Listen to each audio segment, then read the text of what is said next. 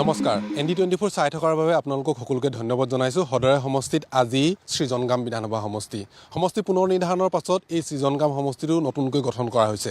পূৰ্বৰ অভয়াপুৰী দক্ষিণ আৰু অভয়াপুৰী উত্তৰ এই দুটা সমষ্টিৰ যিসকল সংখ্যালঘু ভোটাৰ আছে এই সংখ্যালঘু ভোটাৰসকলক লৈ এই সৃজনগাম সমষ্টিটো গঠন কৰা হৈছে। বিশেষকৈ অভয়াপুৰী উত্তৰ অভয়াপুৰী দক্ষিণৰ সংখ্যালঘু ভোটাৰ আৰু জনীয়া বিধানসভা সমষ্টিৰ পৰাও কিছু সংখ্যালঘু ভোটাৰক ইয়ালৈ আনি এই সৃজনগাম সমষ্টিটো গঠন কৰা হ'ল। কিন্তু সৃজনগাম সমষ্টিটো যেনেদৰে কংগ্ৰেছ বা AUDF জিকিব বুলি ভাবিছিল বা সমষ্টিটোত যিহেতু সংখ্যালঘু ভোটাৰ সংখ্যাধিক্য হ'ল বা সংখ্যালঘু ভোটাৰৰ দপদপনি বাঢ়িল, তেনে প্ৰেক্ষাপটত কংগ্ৰেছ আৰু AUDF এই দুইটা সমষ্টি নিজৰ বাবে আটাইতকৈ সুবিধাজনক সমষ্টি বুলি তেওঁলোকে ভাবিবলৈ আৰম্ভ কৰিছিলে। গতিকে এনে প্ৰেক্ষাপটত সমষ্টিটোত তেওঁলোকে দৃষ্টি নিক্ষেপ কৰি আছে কংগ্ৰেছেও আৰু AUDFও। ইয়াৰ পৰা নিৰ্বাচন খেলিবৰ বাবে আমচু এৰি সেই সময়ৰ আমচুৰ সভাপতি ৰেজাউল কৰিম চৰকাৰ কংগ্ৰেছত যোগদান কৰিছিল। কিন্তু সেই সময়ত হোৱা এটা অনাহুত বিতৰ্কৰ ফলশ্ৰুতিত ৰেজাউল কৰিম চৰকাৰে কংগ্ৰেছৰ পৰা পদত্যাগ কৰিবলগীয়া হ'ল। তেওঁ এতিয়া বৰ্তমান কোনো দলত যোগদান কৰা নাই, কিন্তু এটা কথা মন বান্ধি লৈছে যে তেওঁ নিৰ্বাচন খেলিব। আমি যেতিয়া এই সমষ্টিটোলৈ অহাৰ পূৰ্বে বা এই সমষ্টিটোত যেতিয়া সমষ্টিটোৰ যিটো নিৰ্বাচনী আলেখলেখ আমি বুজি আছিলোঁ, সেই আলেখলেখ বুজি থকাৰ সময়ছোৱাত যেতিয়া আমি ৰেজাউল কৰিম চৰকাৰক সাক্ষাৎ পাইছিলোঁ বা ইয়াৰ যিগৰাকী স্থানীয় বিধায়ক আছিলে স্থানীয় বিধায়কগৰাকীক যেতিয়া আমি সাক্ষাৎ পাইছিলোঁ, তেতিয়া কিন্তু আমি এটা কথা আভাস বুজি পাইছিলোঁ যে ৰেজাউল কৰিম চৰকাৰে নিৰ্বাচন খেলিব আৰু তেওঁৰ প্ৰতীক চিহ্নটো হয়তো হ'ব পাৰে AUDF। অৰ্থাৎ AUDFৰ পৰা ৰেজাউল কৰিম চৰকাৰে 2024 বিধানসভা নিৰ্বাচন অৱতীৰ্ণ হ'ব পাৰে। এনে প্ৰেক্ষাপটত আপুনি যদি চাই এতিয়া ৰেজাউল কৰিম চৰকাৰ যদি AUDFৰ এটা ফেচ হৈ যায় সৃজনগাম বিধানসভা সমষ্টিটোত, যিটো বিধানসভা সমষ্টিৰ 98% ভোটাৰেই হৈছে সংখ্যালঘু ভোটাৰ, এই 98% সংখ্যালঘু ভোটাৰেই এইবাৰ কাৰ পক্ষত থিয় দিব? ৰেজাউল কৰিম চৰকাৰে যিহেতু যোৱা 20টা বছৰ অৰ্থাৎ 2টা দশক এই সমষ্টিটোত বা এই সংখ্যালঘু লোকসকলৰ মাজত তেওঁ কাম কৰি আছে। গতিকে তেওঁৰ এটা যিটো সমষ্টিটো আছে এই সমষ্টিত তেওঁ এটা নিৰ্দিষ্ট এটা ভোট বেংক বুলি ক'লে ভুল হ'ব, তেওঁ এটা প্ৰভাৱ আছে। ইয়াৰ উপৰিও যিহেতু তেওঁ জনগোষ্ঠীটোৰ যিটো সংখ্যালঘু লোক আছে সেই সংখ্যালঘু লোকসকলক প্ৰতিনিধিত্ব কৰা আমচুৰো তেওঁ এটা বেকগ্ৰাউণ্ড আছে। গতিকে আমচুৰ বেকগ্ৰাউণ্ডটো যেতিয়া আছে বা আমচুৰ যিখন তেওঁৰ মঞ্চ আছে আমচুৰ মঞ্চখনো তেওঁৰ সৈতে থকা এটা সম্ভাৱনা আছে। গতিকে সকলো মিলি যিটো নিৰ্বাচনী অংক সেই নিৰ্বাচনী অংকত ৰেজাউল কৰিম চৰকাৰ কিছু পৰিমাণে সহায় কৰাৰ সম্ভাৱনা আছে। কিন্তু শেহতীয়াকৈ দিছপুৰ কেন্দ্ৰিক যিবোৰ ৰাজনীতি চলি আছে বা AUDFৰ প্ৰতি থকা মানুহৰ যিটো ধাৰণা, বিশেষকৈ যোৱা ৰাজ্যসভা নিৰ্বাচনসমূহত AUDFে যেনেদৰে শাসক পক্ষক সহায় কৰি অহা বুলি যিটো অভিযোগ আছিল, সেই অভিযোগসমূহৰ পৰিপ্ৰেক্ষিতত যিসকল সংখ্যালঘু লোক আছে সেই সংখ্যালঘু লোকসকলে AUDFক আজিৰ তাৰিখত তেনেদৰে বিশ্বাসত নোলোৱাৰো এটা পৰিৱেশৰ সৃষ্টি হৈছে। আমি যেতিয়া যিসকল লোকৰ সৈতে কথা পাতিছিলোঁ বিভিন্ন ধৰণৰ ধুবুৰী জিলাখনলৈ আমি যেতিয়া গৈছিলোঁ, তেওঁলোকৰ কিন্তু মনত তেনে এটা ধাৰণা হৈ গৈছিলে যে AUDFক এবাৰ আমি ভোট দিলে আমাক সহায় নকৰিবও পাৰে, এনে এটা ধাৰণাও তেওঁলোকৰ মাজত আছিল। কিন্তু এই বঙাইগাঁও জিলাখনৰ যিটো সৃজনগাম বিধানসভা সমষ্টি, এই সৃজনগাম বিধানসভা সমষ্টিটোত AUDF কেন্দ্ৰিক মানুহৰ চিন্তাধাৰাটো কেনেধৰণৰ হ'ব, ৰেজাউল কৰিম চৰকাৰৰ কেন্দ্ৰিক চিন্তাধাৰাবোৰ মানুহৰ কেনেধৰণৰ হ'ব, ঠিক একেদৰে গৌৰৱ গগৈ নেতৃত্বাধীন কংগ্ৰেছ আৰু বৰ্তমানৰ বিধায়ক ইয়াৰ যিটো এই সমষ্টিটোত যিগৰাকী বিধায়কে নেতৃত্ব দিয়ে আব্দুল বাটেন খণ্ডকাৰৰ কেন্দ্ৰিক ৰাইজৰ মতামত বা চিন্তাধাৰাসমূহ কেনেধৰণৰ হ'ব সেয়া আমি আপোনালোকক দেখুৱাবলৈ যত্ন কৰিম আৰু তাৰপাছত আপোনালোকে বুজি পাব এই সৃজনগামে এইবাৰ কাৰ পক্ষ ল'ব। আহক আমি আগবাঢ়ি যাওঁ, এই অঞ্চলটোৰ ৰাইজৰ মতামত লওঁ, মতামত আপোনালোকক দেখুৱাম, অঞ্চলটোৰ উন্নয়নৰ যিখন ছবিখন আছে সেই ছবিখনো দেখুওৱাৰ আপোনালোকক আমি যত্ন কৰিম।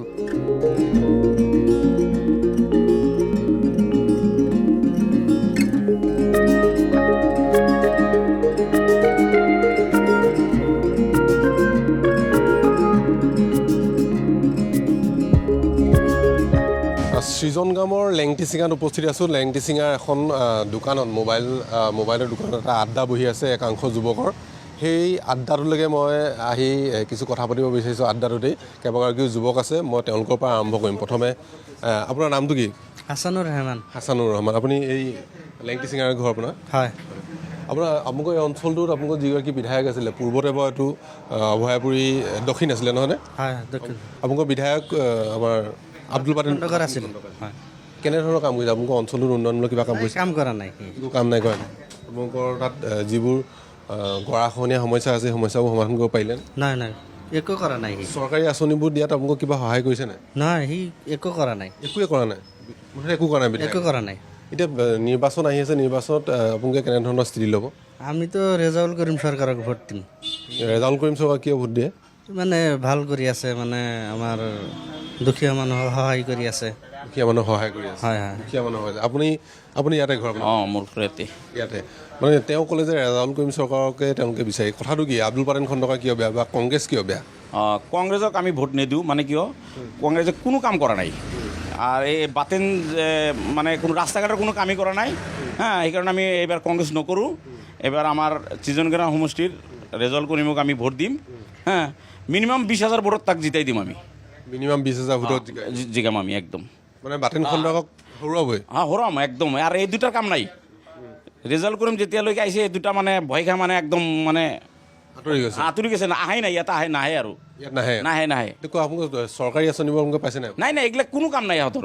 কোনো চৰকাৰী আঁচনি নাই। আমাৰ ৰাস্তা ঘাট এতিয়ালৈকে মই বাছেৰ হাকৈ দি মানে খোজকাঢ়ি যাই আছোঁ, কোনো কাম কৰা নাই। কোনো কাম কৰা নাই? নাই, কোনো কাম কৰা নাই। তো আপুনি আহকচোন অকণমান, আপোনাৰ পৰা জানো যে সঁচাকৈ সমষ্টিৰ একো কাম কৰা নাই নেকি? নাই, মানে ক'বলৈ গ'লে আমি একচুৱেলি কংগ্ৰেছ ফেমিলিৰ পৰা বিলং কৰোঁ, কিন্তু এইবাৰ আমি কংগ্ৰেছক ভোটটো নিদিওঁ। তাৰ কাৰণটো হ'ল যে যোৱা 2024-ত আমি MP বনালোঁ, তেখেতেও একদম নিকাম্মা MP হৈ বহি আছে ৰকিবুল হুছেইন ডাঙৰীয়া। লগতে আমাৰ যি কংগ্ৰেছৰ বিধায়কসকল অভয়পুৰী, যিহেতু আগত দুটা সমষ্টি আছিল, এতিয়া এটা অভয়পুৰী হ'ল আৰু এটা চিজিনগ্ৰাম হ'ল। এই চিজিনগ্ৰাম সমষ্টিত এইবাৰ যিজন বিধায়কে প্ৰতিনিধিত্ব কৰি আছে, তেখেতে মানে MLA LADৰ যিখিনি ফাণ্ড আছিল সেইখিনিয়ে ভালকৈ ইউটিলাইজ কৰিব পৰা নাই। তো এনেকুৱা বিধায়ক দি আমি কি কৰিম? তো সেই হিচাপত আৰু লগতে আমাৰ সংখ্যালঘুসকলৰ, যিহেতু চিজিনগ্ৰাম সমষ্টিটো সংখ্যালঘু অধ্যুষিত অঞ্চল, এই সংখ্যালঘুসকলৰ সমস্যাৰ ওপৰতো মাত মাতিব লাগে। তো তেনেকুৱা আমি বিধায়ক পোৱা নাই। একফালে হ'ল কামৰ দিকে একদম নগণ্য, লগতে মানে সংখ্যালঘুসকলৰ যে সমস্যালৈ মাত মাতিব লাগে সেইটোও মানে মাত মতা নাই। তো আমি এজ এ কংগ্ৰেছ ফেমিলি হিচাপে মানে এটা কথা ক'ব বিচাৰিছোঁ যে আমি এইবাৰ কংগ্ৰেছক ভোটটো নিদিওঁ। লগতে এনে এজন ব্যক্তিক আমি বিচাৰি আছিলোঁ, মানে বৰ্তমান পাই গ'লোঁ। তেখেত হ'ল ৰেজাউল কৰিম চৰকাৰ ডাঙৰীয়া। তো ৰেজাউল কৰিম চৰকাৰ ডাঙৰীয়াক এইবাৰ আমি ভোট দিম। যদি কংগ্ৰেছে বাতেন খণ্ডকাৰক ইয়াত টিকট নিদিয়ে, কোনো এজন ভাল যুৱকক টিকট দিয়ে, তেতিয়া কি হ'ব? আমি দেখাত বৰ্তমান যি 2-3জন কংগ্ৰেছৰ পৰা টিকেটৰ প্ৰত্যাশী আছে, তেওঁলোক কিন্তু তেনেকুৱা যোগ্য নহয়।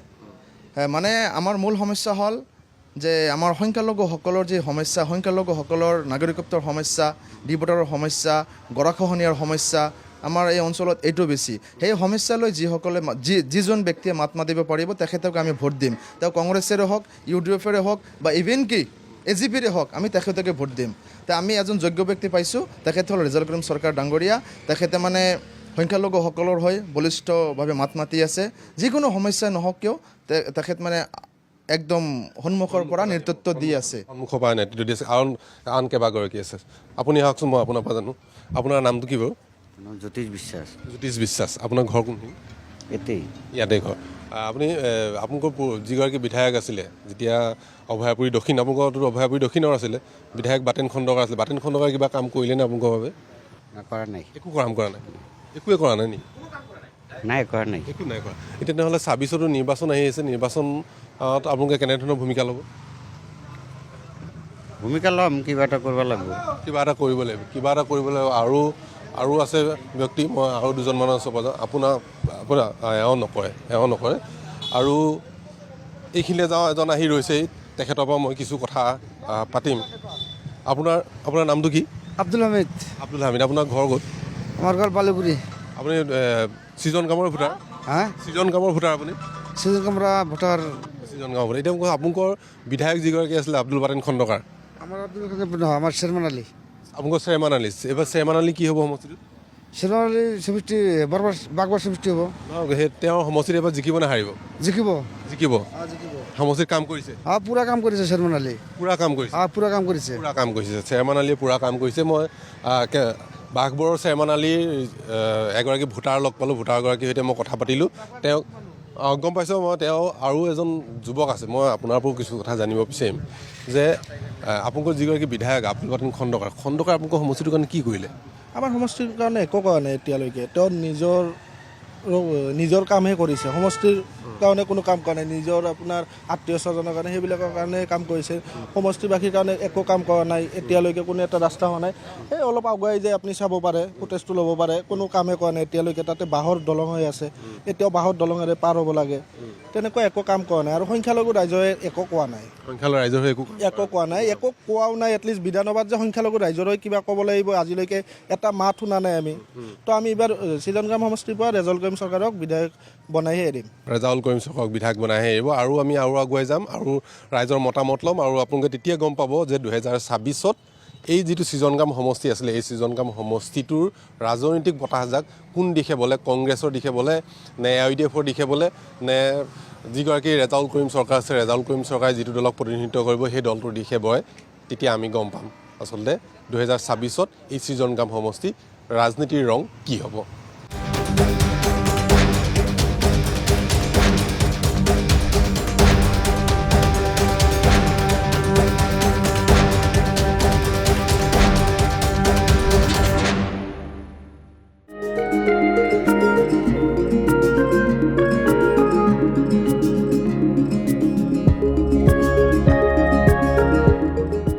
সমষ্টি পুনৰ নিৰ্ধাৰণৰ পিছত প্ৰথমবাৰলৈ সৃজনগ্ৰাম সমষ্টিটো গঠন হৈছে আৰু সৃজনগ্ৰাম সমষ্টিত এবাৰ 2026 প্ৰথমবাৰলৈ নিৰ্বাচন অনুষ্ঠিত হ'ব। এই সৃজনগ্ৰাম সমষ্টিটো যিহেতু আমি কথা পাতি আছোঁ, গতিকে সৃজনগ্ৰাম সমষ্টিটোৰ ৰাজনীতি এবাৰ পূৰ্বৰ দৰে হৈ থকা নাই, সম্পূৰ্ণৰূপে সলনি হৈছে সৃজনগ্ৰামৰ ৰাজনীতি। কাৰণ আপুনি যদি চায় তেনেহ'লে সৃজনগ্ৰামত এইবাৰ সংখ্যালঘু যিসকল ভোটাৰ আছে, পূৰ্বৰ অভয়াপুৰী আৰু অভয়াপুৰী উত্তৰ আৰু অভয়াপুৰী দক্ষিণৰ যিসকল সংখ্যালঘু ভোটাৰ আছিলে, জনিয়াৰ সংখ্যালঘু কিছু ভোটাৰক টানি আনি এই সমষ্টিটো কাটি আনি এই সমষ্টিটো গঠন কৰা হৈছে। গতিকে এই সমষ্টিটোৰ যেতিয়া আমি কথা পাতিম, সেই সমষ্টিটো কথা পতাৰ লগে লগে আমচুৰ পূৰ্বৰ সভাপতি আৰু শেহতীয়াকৈ কংগ্ৰেছত যোগদান কৰিছিল আৰু এটা অনাহুত বিতৰ্কৰ বাবে কংগ্ৰেছৰ পৰা তেওঁ আঁতৰি আহিছিল।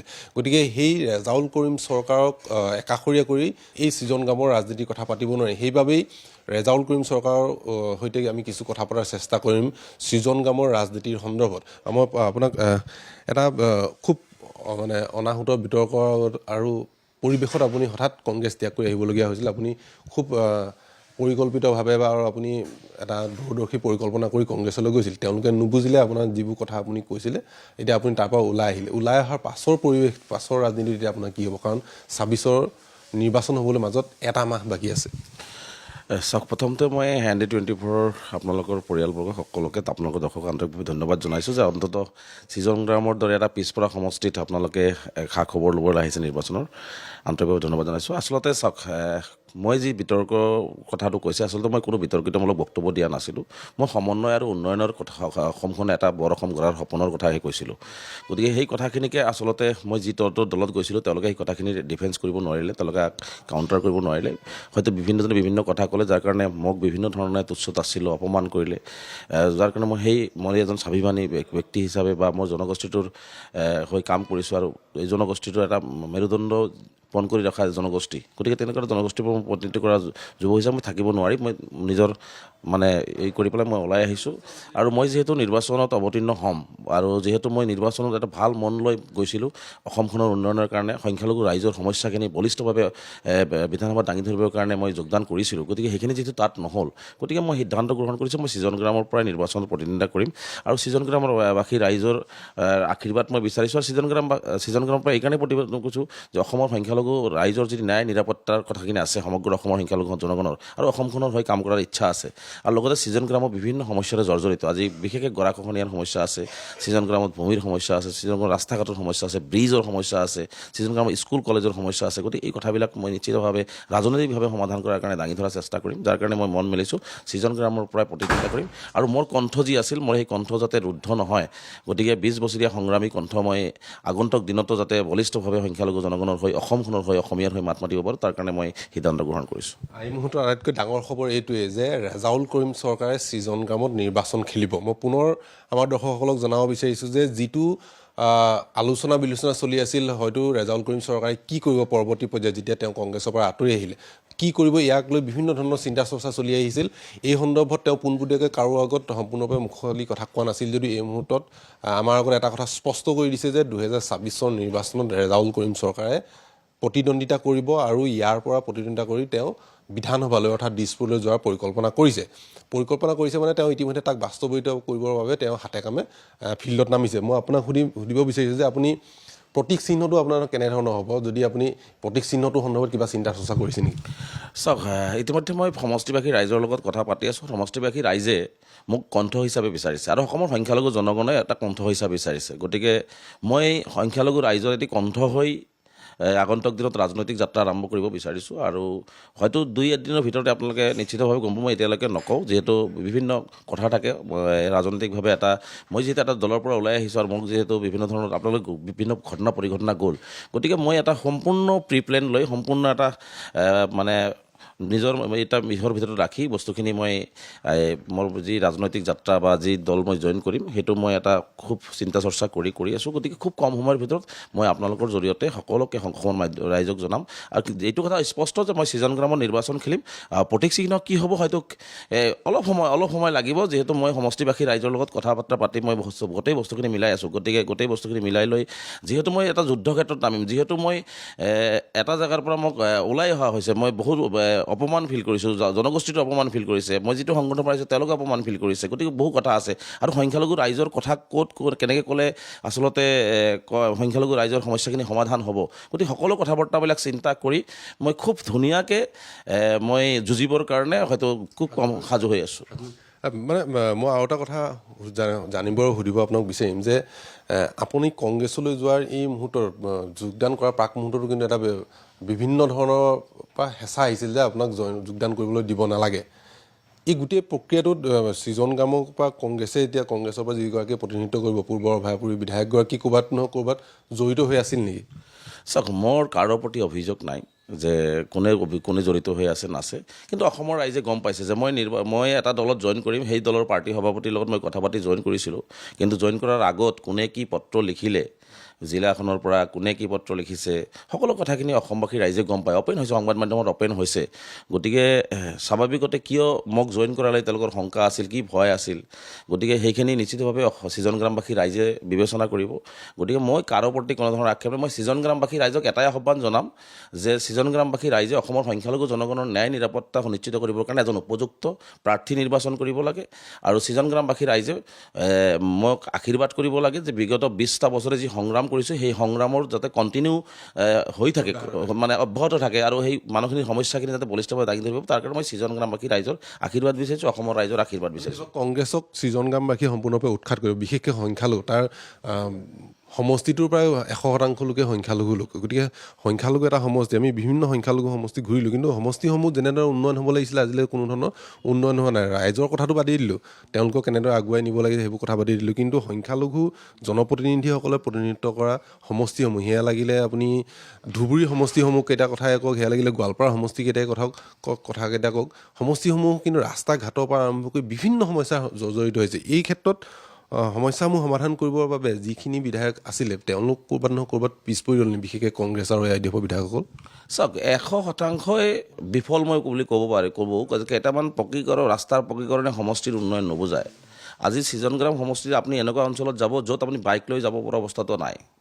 আজি ৰাস্তা ঘাটৰ পয়া লগা অৱস্থা, 2টা 3টা 4টা 5টা পকী ৰাস্তাই সৃজন গ্ৰাম, এই ধৰক প্ৰায় 120-25 কিলোমিটাৰ এটা সৃজন গ্ৰাম সমষ্টি, সেই সৃজন গ্ৰাম সমষ্টিৰ উন্নয়ন নুবুজায়। সৃজন গ্ৰামৰ গৰাখহনীয়াৰ সমস্যা আছে, আজিও নদীৰ গৰাখহনীয়াৰ কবলত পৰিছে, বহু মানুহ হাজাৰ মানুহ আজি গৃহহীন হৈছে। গতিকে আজি এই অঞ্চলৰ বহু মানুহৰ আজি সংযোগ স্থাপন কৰিবৰ কাৰণে কেইবাটাও আজি পকী দলঙৰ প্ৰয়োজন, সেই পকী দলংবিলাকো নাই। গতিকে বহু সমস্যা আছে। আচলতে সংখ্যালঘু মই বুজি নাপাওঁ যে আচলতে একেবাৰে সংখ্যালঘু যিখিনি অধ্যুষিত অঞ্চল বা সমষ্টি আচলতে পয়া লগা অৱস্থা। অসমত বিভিন্ন সংখ্যালঘু অধ্যুষিত অঞ্চলত যাওক পয়া লগা অৱস্থা। বুজি নাপাওঁ যে সংখ্যালঘুসকলক ভোট বেংক হিচাপে সদায় ব্যৱহাৰ কৰা হৈছে, কিন্তু তেওঁলোকৰ আজি ন্যূনতম যিখিনি যাতায়াতৰ ব্যৱস্থা, ন্যূনতম যিখিনি সুবিধা থাকিব লাগিছিল সেইখিনি সুবিধাও আজি এই প্ৰায় সংখ্যালঘু অধ্যুষিত অঞ্চলৰ বিভিন্ন অঞ্চলবিলাকত হোৱা নাই। গতিকে সেইকাৰণে মই ভাবোঁ যে সংখ্যালঘু ৰাইজে এইবাৰ অন্তত সঠিক সিদ্ধান্ত ল'ব লাগে, বিবেক বিবেচনাৰ সিদ্ধান্ত ল'ব লাগে, প্ৰাৰ্থী নিৰ্বাচন কৰিব লাগে সংখ্যালঘু ৰাইজে। কাৰণ আমি সংখ্যালঘু ৰাইজে দেখুৱাই দিব লাগে যে উপযুক্ত প্ৰাৰ্থী নহ'লে যি দলৰে নাহক আমি তেওঁলোকক ভোট নিদিওঁ। এই সিদ্ধান্ত যদি সংখ্যালঘু ৰাইজে ল'ব পাৰে, মই ভাবোঁ অহা 5 বছৰ সংখ্যালঘু ৰাইজৰ কাৰণে এটা আশাৰ বতৰা কঢ়িয়াই দিব। সেয়া আছিলে ৰেজাউল কৰিম চৰকাৰ। আৰু আজিৰ তাৰিখৰ আটাইতকৈ ডাঙৰ খবৰটো এইটোৱেই যে সৃজন গাঁৱৰ পৰা ৰেজাউল কৰিম চৰকাৰে নিৰ্বাচন খেলিব। গতিকে সৃজন গাঁৱৰ পৰা যেতিয়া ৰেজাউল কৰিম চৰকাৰে নিৰ্বাচন খেলিব, সৃজন গাঁৱৰ ৰাজনীতিটোৱে সম্পূৰ্ণৰূপে সলনি হৈ যাব। এইকাৰণে যে ৰেজাউল কৰিম চৰকাৰে যোৱা বিগত প্ৰায় 2 দশক এই অঞ্চলটোতে তেওঁ কাম কৰি আহিছিলে, সামাজিকভাৱে কাম কৰি আহিছিলে। গতিকে সামাজিকভাৱে কাম কৰি থকা তেওঁ প্লেটফৰ্মখনেই হৈছিলে যে আমচু।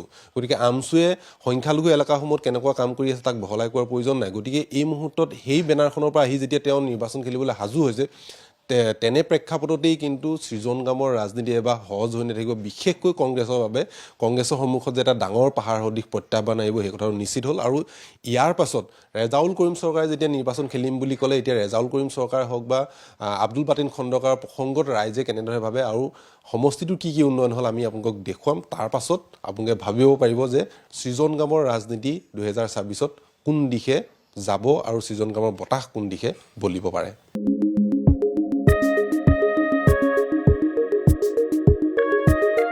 আমি বিধায়ক আব্দুল বাতিন খণ্ডকাৰক লগ পাইছোঁ আৰু তেওঁৰ সৈতে কিছু কথা পাতিব বিচাৰিম সৃজন গামৰ ৰাজনীতি। কাৰণ সৃজন গামৰ ৰাজনীতি পূৰ্বৰ দৰে হৈ থকা নাই, কিছু পৰিমাণে সলনি হৈছে। প্ৰথমে তেওঁৰ পৰা জানি ল'ব বিচাৰিম যে সৃজন গামৰ ৰাজনীতি কিছু পৰিমাণে সলনি হৈছে। সমষ্টি পুনৰ্নিৰ্ধাৰণৰ পাছত সৃজন গাম পূৰ্বৰ সৃজন গাম নতুনকৈ সৃজন গামটো হৈছে। কাৰণ অভয়াপুৰী দক্ষিণ আৰু উত্তৰৰ পৰা সকলো সংখ্যালঘু ভোটাৰ কাটি আনি তাত লগোৱা হ'ল আৰু কিছু পৰিমাণে বেলেগৰ ওপৰত আহিছে।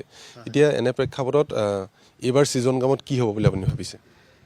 নাই, এইবাৰ আমাৰ সৃজন গ্ৰাম সমষ্টিত সংখ্যালঘু প্ৰধান হৈছে। 90% সংখ্যালঘু মানুহ আৰু 10% মেজৰিটি কমিউনিটিৰ মানুহ আছে।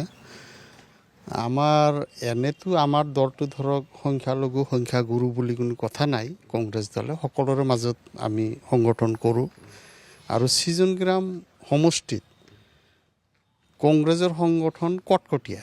NSUৱে কওক, ইউথ কংগ্ৰেছে কওক, মহিলা কংগ্ৰেছে কওক, পেৰেণ্ট কংগ্ৰেছৰ সকলো বুথ, BLA, মণ্ডল কংগ্ৰেছ সকলোখিনি মানে কটকটীয়াভাৱে গঠন কৰা হৈছে আৰু সকলোখিনি সষ্টম হৈ আছে। আমাৰ কংগ্ৰেছ দলৰ কাৰণে সৃজন গ্ৰামত বিশেষ কোনো অসুবিধা নহয়। এতিয়া আমি যদি চাওঁ, আপোনাৰ কেইদিনমানৰ পূৰ্বে আপোনালোকৰ দলত যোগদান কৰিছিল ৰেজাউল কৰিম চৰকাৰে, আমচুৰ সভাপতি। তেওঁ এতিয়া ওলাই আহিলে আপোনালোকৰ দলৰ পৰা, কিছু কাৰণত ওলাই আহিলে, সেইখিনি আমি আলোচনা কৰিবলৈ নাযাওঁ। এতিয়া তেওঁ ওলাই অহাৰ তেওঁ এতিয়া নিৰ্বাচন খেলিম বুলি সাজু হৈছে। তেওঁ সমষ্টিটো চুকে কোণে ঘূৰি ফুৰিছে। গতিকে তেওঁ নিৰ্বাচন খেলিলে আপোনালোকৰ ওপৰত সংখ্যালঘু ভোটৰ তাত ভাগ বিতৰণ হৈ কিবা সমস্যা আপোনালোকৰ হ'ব পাৰে নেকি? নাই, তেনেকুৱা একো নাই। তেখেত ছাত্ৰ নেতা আছিলে। ৰাজনীতিবিদ হিচাপে তেখেতৰ কোনো ধৰণৰ পৰিচয় আমাৰ সমষ্টিত নাই। ছাত্ৰ নেতা আছিলে, এইটো সঁচা কথা। তো ৰাজনীতিবিদ হিচাপে তেখেত পৰিচয় হ'বলৈ ওলাইছে আৰু তাত আৰু ক'বলগীয়া কি আছে। কিন্তু ছাত্ৰ নেতা হিচাপে অসমৰ সংখ্যালঘু ৰাইজৰ পক্ষত কেতিয়াবা মাতিছে, দেখা পাইছোঁ আমি, নোহোৱা নহয়। কিন্তু ৰাজনীতিবিদ হিচাপেতো তেখেত একেবাৰে নতুন খিলাৰী, নতুন প্লেয়াৰ, নতুন খিলাৰী। ৰাজনীতিবিদ হিচাপে তেওঁ নতুন খিলাৰী যদিও আমচুৰ যেতিয়া তেওঁ বিতৰ্কত হৈছিলে, আমচুৱে কৈছিলে যে আমি কংগ্ৰেছৰ বিৰুদ্ধে যাম। যদি সংখ্যালঘু এলেকাসমূহত আমচুৱে কংগ্ৰেছৰ বিৰুদ্ধে যায়, তেতিয়া কংগ্ৰেছৰ অসুবিধা হ'ব পাৰে নেকি? যদি কেৱল ৰেজাউল কৰিম চৰকাৰ বুলিয়ে নহয়, যদি তেওঁ পিছফালে আমচু থাকে, আমচুৱে যদি তেওঁক কিছু পৰিমাণে সহায় কৰে, যদি কংগ্ৰেছক বাধা প্ৰদান কৰে, এইটো কিবা অসুবিধা আপোনালোকৰ হ'ব নেকি তেতিয়া? আমচু সম্পূৰ্ণৰূপে এটা অৰাজনৈতিক সংগঠন। আমচুৱে কোনো বিশেষ ৰাজনৈতিক দলক তেওঁলোকে সমৰ্থন কৰিব নোৱাৰে। তেওঁলোকৰ সংবিধানে তেনেকুৱা। আৰু মই জানো যে আমচু মুখত যিয়ে নকওক প্ৰেক্টিকেলি মানে যেতিয়া নিৰ্বাচন হয় তেওঁলোকে নিৰপেক্ষ ভূমিকা অৱলম্বন কৰে। সেই ক্ষেত্ৰত আমি ভাবোঁ যে তেখেতসকলৰ যিটো চৰিত্ৰ, মানে নিৰপেক্ষ চৰিত্ৰ, অৰাজনৈতিক যিটো চৰিত্ৰ, সেয়া অক্ষুণ্ণ ৰাখিব বুলি মই ভাবোঁ। এতিয়া সমষ্টিটোৰ কথা ক'বলৈ, সমষ্টিটো গৰাখহনীয়া সমস্যাই সমষ্টিটোক জুৰুলা কৰি ৰাখিছে। এই গৰাখহনীয়া সমস্যাটো কিন্তু এতিয়ালৈকে সমাধান নহ'ল। এনে প্ৰেক্ষাপটত আপুনি কেনেকৈ কৰিব? একেবাৰে সঁচা কথা। গৰাখহনীয়া সমস্যাটো আমাৰ প্ৰধান সমস্যা। মই বিধানসভাত 8 বাৰ কথাটো উঠাইছোঁ। আৰু এদিনাখন আমাৰ জলসম্পদ বিভাগৰ মন্ত্ৰী মহোদয়ে মোক অলপ ধমকৰ সুৰতে ক'লে যে কি কয়, আপোনাৰ বেলেগ কথা নাই নেকি? মই তেতিয়া ক'লোঁ যে মোৰ সমস্যাটো সমাধান কৰি দিলোঁ আৰু নকওঁ। আৰু বানপানীক ৰাষ্ট্ৰীয় সমস্যা ঘোষণা কৰিব লাগে বুলি বিধানসভাত মই সংকল্প প্ৰস্তাৱো আনিছোঁ।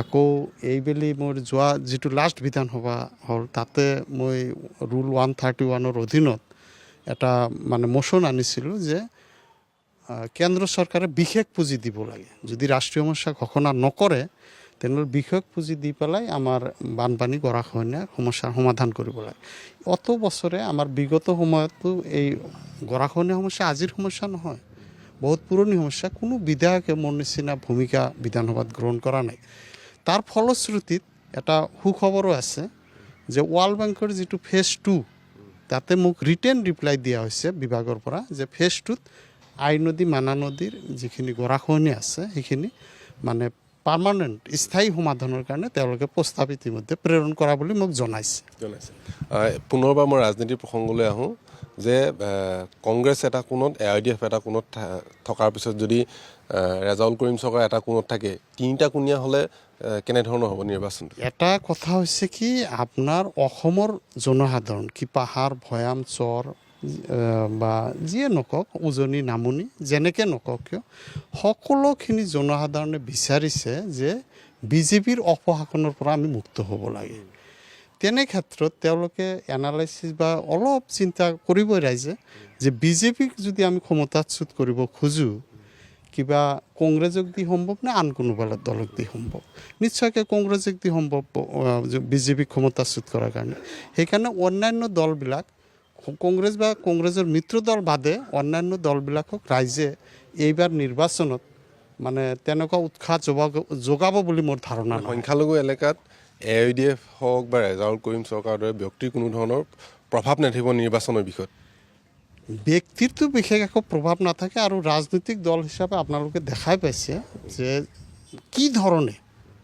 যোৱা লোকসভা নিৰ্বাচনত AIDFৰ সুপ্ৰিমক ৰাইজে প্ৰত্যাখ্যান কৰিলে সেয়া আপোনালোকে দেখা পাইছে যিটো নেকি বিশ্ব ৰেকৰ্ড হৈ গৈছে যে 10 লাখতকৈ অধিক ভোটত তেখেতক হাৰিছে মানে ৰাইজে প্ৰত্যাখ্যান কৰিছে তেনে ক্ষেত্ৰত মই নাভাবোঁ যে বেলেগ আন কোনোবা সুপ্ৰিমতকৈতো আৰু AIDFৰ সুপ্ৰিমতকৈতো আৰু জনপ্ৰিয় নেতা নাই AIDF লাইনত গতিকে আন কোনোবা নেতাই AIDFৰ পক্ষত কিবা প্ৰভাৱ বিস্তাৰ কৰিব পাৰিব বুলি মোৰ বিশ্বাস নহয় শেষ অন্তিমটো কথা যে আপুনি টিকেট পাম বুলি দৃঢ় বিশ্বাসী প্ৰথম কথা দ্বিতীয় কথা গৌৰৱ গগৈৰ যিটো প্ৰসংগ ওলালে কালি মুখ্যমন্ত্ৰীয়ে সংবাদ দিয়াৰ পিছত এই বিষয়টো আপোনালোকক ক'ৰবাত নহয় ক'ৰবাত হলঠেকত পেলোৱা চিন্তা আছে মানে শুনক যদি সঁচাকৈ মানে ৰাষ্ট্ৰীয় সুৰক্ষাৰ কথা গৌৰৱ গগৈৰ লগত জড়িত আছিল তেনেহ'লে 10 ছেপ্টেম্বৰতে FIR দাখিল কৰিব লাগিছিল তেখেত 6 মাহ ইলেকশ্যনৰ দিন চুমু চাপি অহাৰ পিছত যে তেখেতে কথাটো আকৌ উত্থাপন কৰিলে 6 মাহ বহি থাকি পেলাই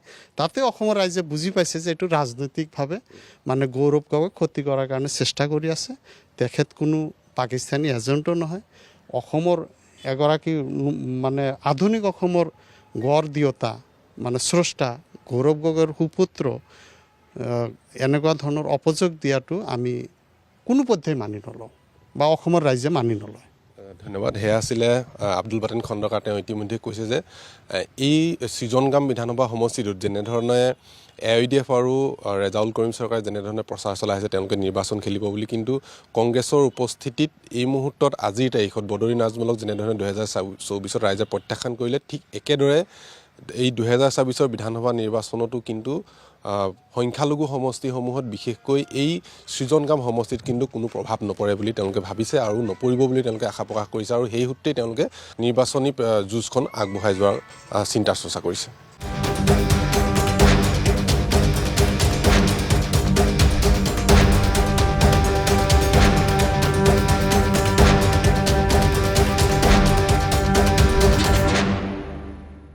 আমি কৈছিলোঁ যে সৃজনগামৰ লেংটিচিঙাত আমি আছিলোঁ এখন বজাৰত এতিয়া মই আছোঁ যিহেতু দুপৰীয়া ভাগ যদিও মানুহৰ বজাৰত সমাগমটো কম হয় তথাপিও এই দুপৰীয়া ভাগত কিছু আড্ডা চলি থাকে আড্ডাবোৰ চলি থাকে যিসকল যুৱক আছে যিসকলে বিভিন্ন কাম বন কৰি আহি বজাৰলৈ ওলাই আহে তেওঁলোকে কিছু পৰিমাণে আড্ডা মাৰে গতিকে তেনেকুৱা এটা আড্ডাত মই উপস্থিত আছোঁ সেই তেওঁলোকৰ সৈতে মই কিছু কথা পাতি আপোনাৰ নামটো কি মইনাল হক আপোনাৰ ঘৰটো ক'ত আমাৰ ঘৰ পাৰাচৰ গ্ৰাম আপোনাৰ সমষ্টি কোনটো হ'ব সৃজনগামটো থিয় হৈ দিয়কচোন আপুনি এইফালে মোক কৈ দিয়ক আপুনি হ'ব সৃজনগাম বিধানসভা সমষ্টিয়ে পৰা হয় হয় পূৰ্বতে অভয়াপুৰী দক্ষিণ আছিলে দক্ষিণ আছিল অভয়াপুৰী দক্ষিণ আছিল আপোনালোকৰ যিগৰাকী বিধায়ক আছিলে পূৰ্বৰ আপোনাৰ আব্দুল বাটেন খণ্ডকাৰ তেওঁ সমষ্টিৰ কাৰণে কিবা কাম আপোনালোকৰ কৰিলে নে বা উন্নয়নমূলক কাম কিবা কৰিছেনে কৰিছে উন্নয়নমূলক কাম কৰিছে কৰিছে নিৰ্বাচনৰ প্ৰেক্ষাপটত আপোনালোকৰ সমষ্টিটোত যেতিয়া হ'ব মাৰ্চৰ লাষ্টৰ ফালে বা এপ্ৰিলৰ প্ৰথম ভাগত আপোনালোকৰ সমষ্টিটোত নিৰ্বাচন হ'ব এতিয়া বাটেন খণ্ডকাৰ বা কংগ্ৰেছেই তাত ফেক্টৰ হ'ব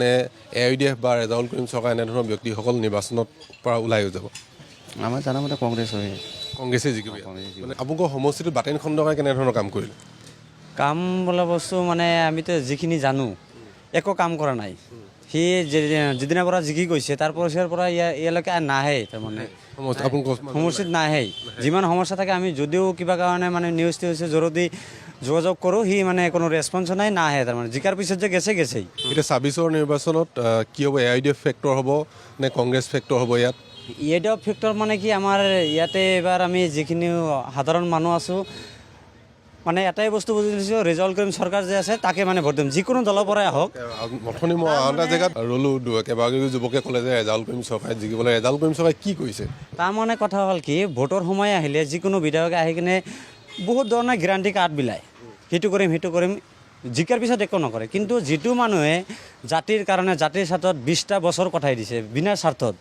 সেয়ে তাক যদি আমি জিকাব পাৰোঁ নিশ্চয় আমাৰ জাতিৰ কাৰণে কিবা এটা ভাল কাম কৰিব সি সেইটো কাৰণে আমাক ৰেজাউল চৰকাৰ লাগে আপোনাৰ নামটো কি মোৰ নাম ছাদ্দাম হাছান ছাদ্দাম হুছেইন আপোনাৰ ঘৰ মোৰ ঘৰ টুপগাঁও এতিয়া মোক কওকচোন যে আপোনালোকৰ অঞ্চলটোৰ উন্নয়নৰ কাৰণে আব্দুল বাটেন খণ্ডকাৰে কেনেধৰণৰ কাম কৰিলে বা কংগ্ৰেছে কেনেধৰণৰ কাম কৰিলে এতিয়া ধৰক উন্নয়নৰ ক্ষেত্ৰত মানে মই বিশেষ নকওঁ বিশেষকৈ মানে আপোনাৰ অহা আমাৰ যি 2026 চনত বিধানসভা নিৰ্বাচন আছে যিহেতু আমি এজন সচেতন যুৱক সমষ্টিখনৰ আমাৰ বৰ্তমানটো সৃজনগ্ৰাম সমষ্টি কিন্তু মই এটা কথা জনাব বিচাৰোঁ যে যিজন ব্যক্তিয়ে জাতিৰ বিপদৰ সময়ত মানে বীৰৰ দৰে গৰ্জন দিব পাৰে আমি তেনেকুৱা ব্যক্তিয়ে বিচাৰোঁ আৰু ধৰক উন্নয়নৰ কথা মই নকওঁ তেওঁ বিধায়ক তেওঁ উন্নয়ন অলপ হ'লেও কৰিছে এইটো মই অস্বীকাৰ কৰিব নোৱাৰোঁ কৰিছে আৰু কি আৰু কিন্তু এটা কথা যে বিজেপি চৰকাৰৰ দিনতো AJP যিখন চৰকাৰ চলি আছে মিত্ৰজোঁটৰ চৰকাৰ সেই চৰকাৰখনতো আপোনালোকৰ ইয়াত মহিলা উদ্যমিতা আঁচনি 10,000 টকা সেই আঁচনিবোৰ ইয়াত বিলাইছে অৰুণোদয় ঘৰো বিলাইছে অৰুণোদয় যিবোৰ আঁচনি আছে সেইবোৰ পাইছে চৰকাৰী যিটো আৱাস গৃহ আছে সেই আৱাস গৃহসমূহো ইয়াত সংখ্যালঘু মানুহে পাইছে গতিকে সেইবোৰ যদি আমি চাওঁ প্ৰায় 40-50 হাজাৰ মানুহেতো চৰকাৰী আঁচনিৰ সকলোবোৰ সুবিধা ইয়াত পাইছে সেইখিনিতো কোনো ধৰণৰ সংখ্যালঘু বা সংখ্যাগুৰু বুলি কথা নাই সকলোৱে পাইছে এতিয়া সেই মানুহখিনিৰ কাৰণে যেতিয়া চৰকাৰখনে কাম কৰে তেওঁলোকক কিয় ভোট নিদিয়ে বাৰু তাৰমানে তেওঁলোকে আমাক উদ্যমিতা আঁচনি দিছে অৰুণোদয় দিছে আৰু বিভিন্ন ধৰণৰ আঁচনি দিছে এইটো ঠিকেই আছে কিন্তু দিলে কি হ'ব আমাৰ যদি নাগৰিকত্ব যদি নাথাকে ASRৰ জৰিয়তে আমাক যেনেকৈ আমাৰ এই জাতিটো মুছলমান জাতিক যেনেকৈ হাৰাশাস্তি কৰি আছে আমাৰ নাগৰিকত্বই যেতিয়া মানে এটা ভাবুকি আহি আছে গতিকে আমাৰ এইবিলাক নালাগে নহয় আমি আগত দেশত থাকিব লাগিব আমাৰ ভোট দিয়াৰ অধিকাৰ থাকিব লাগিব তাৰপিছতে আমাৰ ৰাস্তা ঘাট উন্নয়ন আমাৰ ব্যক্তিগত যিখিনি আঁচনি আছে এইবিলাকহে আমাৰ পিছত লাগিব তেওঁলোকে ASRৰ জৰিয়তে যেনেকৈ আমাৰ জাতিটোক মানে বিপদৰ ফালে ঠেলি দি আছে গতিকে এইটোতো ঠিক কাম কৰা নাই নহয় মানে এতিয়া আপোনালোকে মন বান্ধি লৈছে যে ৰেজাউল কৰিম চৰকাৰক ভোট দিম এইটো ৰেজাউল কৰিম বুলি কোনো কথা নহয় যিজন ব্যক্তিয়ে আমাৰ জাতিৰ হৈ ৰাজপথ কপাব পাৰিব অসম বিধানসভাত গৈ মানে মুখ্যমন্ত্ৰী চকুত হৈ যিজন ব্যক্তিয়ে কথা ক'ব পাৰিব আমি তেনেকুৱা ব্যক্তিকে আমি বিচাৰোঁ বাটেন খণ্ডকাৰ বা কংগ্ৰেছৰ যিসকল আছে তেওঁলোকে তেনেধৰণৰ কথা ক'ব নোৱাৰিব বুলি ভাবে নেকি নাই ক'ত কথা ক'ব পাৰে বিধানসভাত যায় কি কথা কৈ থাকে তেওঁৰ কথা আমি ভালকৈ বুজিয়ে নাপাওঁ তেনেকৈতো নহ'ব নহয় আমি চাই আছোঁ হয়তো ধৰক আপোনাৰ ৰেজাউল কৰিম চৰকাৰ ডাঙৰীয়া আপোনাৰ 20 বছৰ আমচুৰ হৈ সংগ্ৰাম কৰিলে এই জাতিৰ হৈ আৰু তেওঁ এইবাৰ শুনি আছোঁ যে সৃজনগ্ৰাম বিধানসভা সমষ্টিত তেওঁ ইলেকশ্যন খেলিব যদি নিৰ্বাচনত তেওঁ প্ৰতিদ্বন্দ্বিতা কৰে আমি হয়তো মানে এইটো চিন্তা কৰিব সমষ্টিৰ ৰাইজে চিন্তা কৰিব অকণমান আমি আগবাঢ়ি যাম আৰু কেইবাগৰাকীও লোকক দেখিছোঁ খুৰা আহকচোন আপোনাৰ পৰা মই অকণ কথা এজন আহিছে আপোনাৰ নামটো কি খুৰা আমজাদ হুছেইন আপোনাৰ ঘৰ ক'ত আপুনি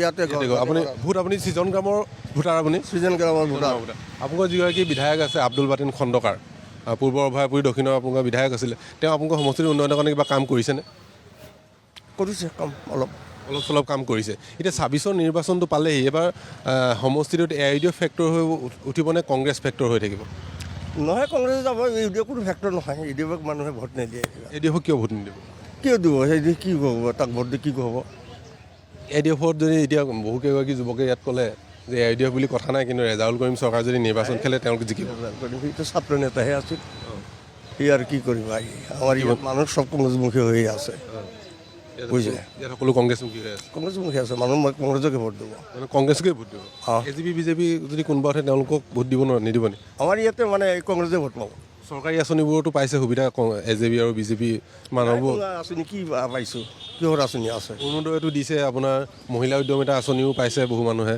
নাজানো মই হয়তো মহিলাসকলে পাব পাৰে মইতো নাপাব মোৰ ঘৰত পোৱা নাই ময়ো পোৱা নাই আমি নাপায় আপোনাৰ নামটো কি কওকচোন চামাত আলি চামাদ আলী আপোনালোকৰ আপুনি ক'ৰ ইয়াৰে ভোটাৰ ইয়াৰে ভোটাৰ ইয়াৰ ভোটাৰ আপোনালোকৰ ইয়াত এবাৰ আব্দুল পাটেন খণ্ডকা আপুনি সহায় কৰে নে কিবা চৰকাৰী আঁচনি বা কিবা কিবি আপোনালোকৰ অসুবিধা হ'লে সহায় নকৰে একো সহায় নকৰে এতিয়া কি হ'ব ২৬ৰ নিৰ্বাচনত তেওঁক জয়ী কৰি পঠাব নে বেলেগ কিবা চিন্তা কৰিব বেলেগ আৰু চিন্তা কৰিম আমি বেলেগ চিন্তা কৰিব আৰু দুগৰাকীমান ব্যক্তি আছে আৰু যিসকল আছিলে সকলোৱে আচলতে কথা পাতিব বিচৰা নাই কিন্তু ইয়াত বহুখিনি ব্যক্তি মই লগ পালোঁ বহুখিনি যুৱকো লগ পালোঁ বয়সস্থ লোককো লগ পালোঁ তেওঁলোকৰ কিন্তু চিন্তাধাৰা সকলোৱে পৃথক গতিকে আমি অনাগত সময়ত গম পাম যে তেওঁলোকে ২০২৬ৰ নিৰ্বাচন কি হ'ব নহ'ব কিন্তু আমি তেওঁলোকৰ মতামত শুনালোঁ আমি আৰু কিছু দূৰ আগুৱাই যাওঁ সৃজনগামৰ উন্নয়ন আৰু সৃজনগামৰ ৰাইজৰ মতামত আপোনালোকক দেখুৱাম তাৰপিছত আপোনালোকে বুজি পাব ২৬ত সৃজনগামত কি হ'ব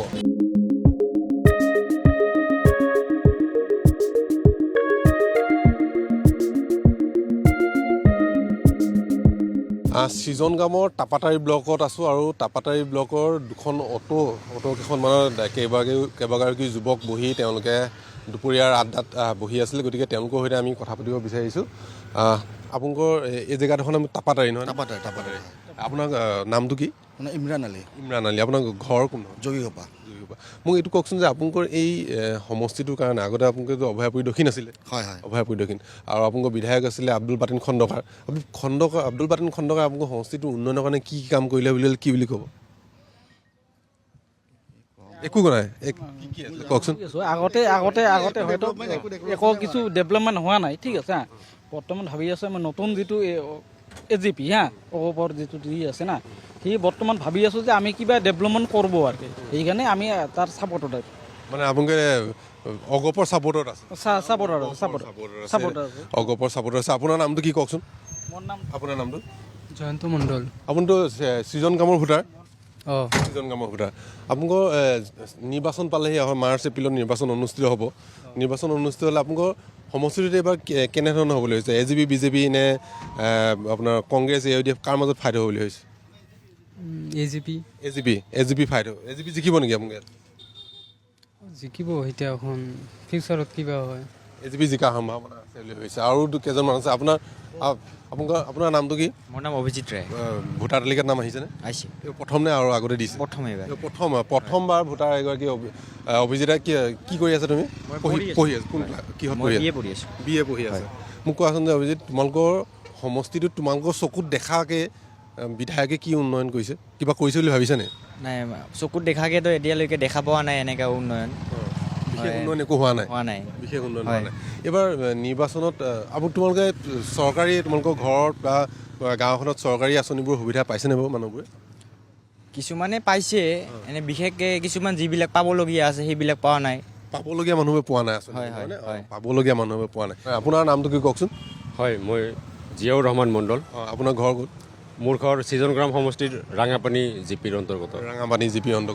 আপোনালোকৰ সমষ্টিটোত এবাৰ ২৬ৰ নিৰ্বাচনটো আহি পেলাই আপোনালোকৰ যিটো আপোনাৰ জিপিটোত বতাহ কেনেকুৱা বলিছে হয় নিৰ্বাচনী বতাহ বলিছে আৰু বৰ্তমান চলি আছে কুচকাৱাজ চলি আছে আৰম্ভ হৈছে হয় সমষ্টিটোত কোন আগবাঢ়ি থকা যেন লাগিছে এতিয়ালৈকে আমাৰ সমষ্টিত সদ্যহতে আমাৰ অসম গণ পৰিষদ দলৰ প্ৰাৰ্থী ছাহিদুল হক ডাঙৰীয়া আগবাঢ়ি থকা পৰিলক্ষিত হৈছে আপোনালোকৰ ছাহিদুল হক ডাঙৰীয়া আগবাঢ়ি আছে আপোনালোকৰ অঞ্চলটোত যিবোৰ চৰকাৰী আঁচনিবোৰ আপোনালোকৰ সেই অৰুণোদয় হওক মহিলা উদ্যমিতা এইবোৰ পাইছেনে ৰাইজে হয় পাইছে নিশ্চয় পাইছে সকলোবোৰ পাইছে মানে এইবাৰ সংখ্যালঘু আপোনালোকৰ সমষ্টিটোৰ সংখ্যালঘু ভোটাৰ চৰকাৰী পক্ষলৈ যাব হয় নিশ্চয় চৰকাৰী পক্ষত যাব আমাৰ মেক্সিমাম ভোট এইবাৰ NDAৰ পক্ষত পৰিব সেইটো আমি আশাবাদী আপোনাৰ নামটো কি মানৱ চুলতান মাও এতিয়া কৈছে যে আপোনালোকে এবাৰ AGP মুখী হ'ব বুলি এজনে ক'লে মানে দিছপুৰত এতিয়া মিয়া চিয়াকৈ ধৰি বিভিন্ন ধৰণৰ শব্দ প্ৰয়োগ কৰি গালি গালাজ কৰি থকা তাৰপিছতো আপোনালোকৰ সংখ্যালঘু মানুহ AGP বিজেপি পক্ষলৈ যোৱাত যাবনে বাৰু যাব নিশ্চয় যাব সঁচাকৈ যাব কংগ্ৰেছক ভোট নিদিয়ে বা নিদিয়ে AUDFক ভোট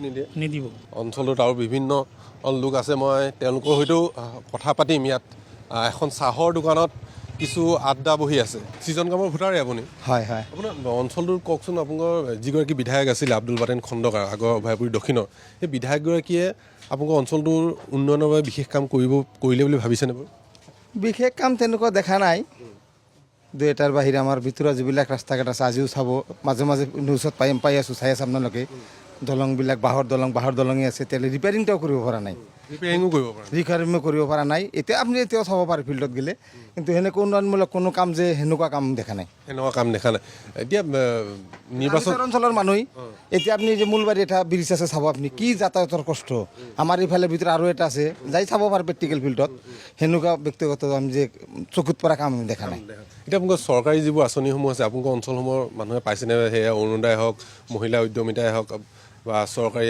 ঘৰে হওক এইবোৰ পাইছেনে বাৰু আপোনালোকৰ অঞ্চলৰ মানুহবোৰে পাইছে সেইবিলাক পাইছে পাইছে অৰুণোদয় এইবিলাক যিবিলাক স্কিম পাইছে মেক্সিমামে পাইছে এতিয়া নিৰ্বাচন যিহেতু আহি পালেহি তথাপিও আপোনালোকৰ যুঁজখন SB ভাৰ্চেছ কংগ্ৰেছ হ'ব নে কংগ্ৰেছ ভাৰ্চেছ AIDF হ'ব আমাৰতো আমি এনে দেখাত UDFৰ কথা মানে সেনেকুৱা আমি কেন্দ্ৰীয় এতিয়ালৈকে পোৱা নাই আমাৰ এনেই যেতিয়া শুনি আছোঁ AGP আৰু কংগ্ৰেছৰ লগতে মিলি লাগিব আৰু কংগ্ৰেছৰ মাজত লগত লাগিব যুদ্ধ হ'ব আৰু কেইবাগৰাকী আছে অকণ খুৰা উঠি দিয়কচোন মোক সুবিধা হ'ব আপোনালোকৰ কথা পাতিবলৈ আপোনালোকৰ অঞ্চলটো কেইবাগৰাকী ক'লেই যে আপোনালোকৰ অঞ্চলটো তেনেই পিছপৰা এটা সমষ্টি বুলি কৈছে ৰাস্তা ঘাটৰ উন্নয়ন এতিয়ালৈকে হোৱা নাই দলংবোৰে বাঁহৰ দলঙেই হৈ আছে এতিয়া আপুনি মোক কওকচোন যে 26ৰ নিৰ্বাচনত এইবাৰ সংখ্যালঘু ভোটাৰসকল সৃজন কামৰ সংখ্যালঘু ভোটাৰসকল কোনফালে যোৱাৰ সম্ভাৱনা আপোনালোকে দেখা পাইছে এনেই দেখা পাইছে তাৰমানে 26ৰ ভোটত একচুৱেলি সংখ্যালঘু মানুহ বৰ্তমানে চৰকাৰ পক্ষত থকাৰ মানে এটা লক্ষ্য আছিল বিশেষকৈ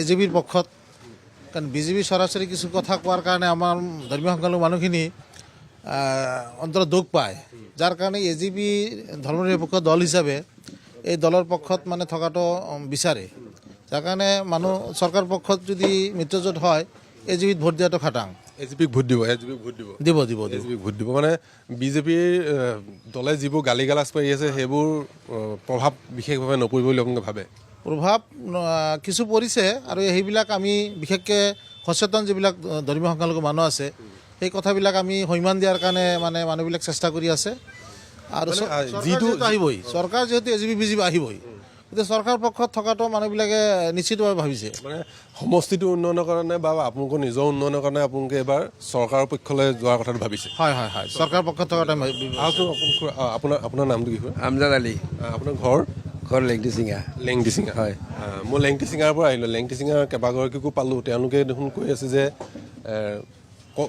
এই সদ্য পদত্যাগী যিগৰাকী কংগ্ৰেছী আছিলে ৰেজাউল কৰিম চৰকাৰ তেওঁক ভোট দিম বুলি বহুতে কৈছে তেওঁৰ পক্ষলৈ যাম বুলি যুৱ সমাজে কৈছে কথাটো কেনেকুৱা এইটো ইমান দূৰ সঁচা নহয় কাৰণ তেওঁৰ স্থিতিটো ঠিক নাই গতিকে তেওঁৰ প্ৰতি মানুহৰ অলপ ঘৃণনীয় ভাৱ আহি গৈছে মানে আমচু কৰি তেওঁ 20টা বছৰ আমচু কৰাৰ পিছত তেওঁ আমচুৰ এটা গতানুগতিক এটা নীতি নিয়ম আছে সেই নিয়মটো এৰি তেওঁ কংগ্ৰেছত জঁপিয়াই গ'ল আৰু কংগ্ৰেছৰ পৰা মানে খেদা খাই অহাৰ নিচিনা হ'ল গতিকে তেওঁ কংগ্ৰেছৰ পৰা গুচি আহিল এতিয়া AIDFৰ পৰা নিৰ্বাচনত অৱতীৰ্ণ হ'ব বুলি ইচ্ছা প্ৰকাশ কৰিছে কিন্তু সেই বুলি এইবাৰ সৃজনগ্ৰাম সমষ্টিৰ মানুহে তেওঁক সিমান গ্ৰহণ নকৰে সৃজনগ্ৰাম সমষ্টি গ্ৰহণ নকৰে তেনেহ'লে সৃজনগ্ৰামৰ যিসকল সংখ্যালঘু জনতা আছে কাৰ সৈতে থকাৰ সম্ভাৱনা আপোনালোকে দেখা পাইছে এতিয়া আপোনাৰ এতিয়াও মানে ফাইনেল অহা নাইতো এতিয়া যিটো পৰিৱেশ দেখা গৈছে আপুনি AGP আৰু কংগ্ৰেছৰ মাজত কণ্টেষ্ট হ'ব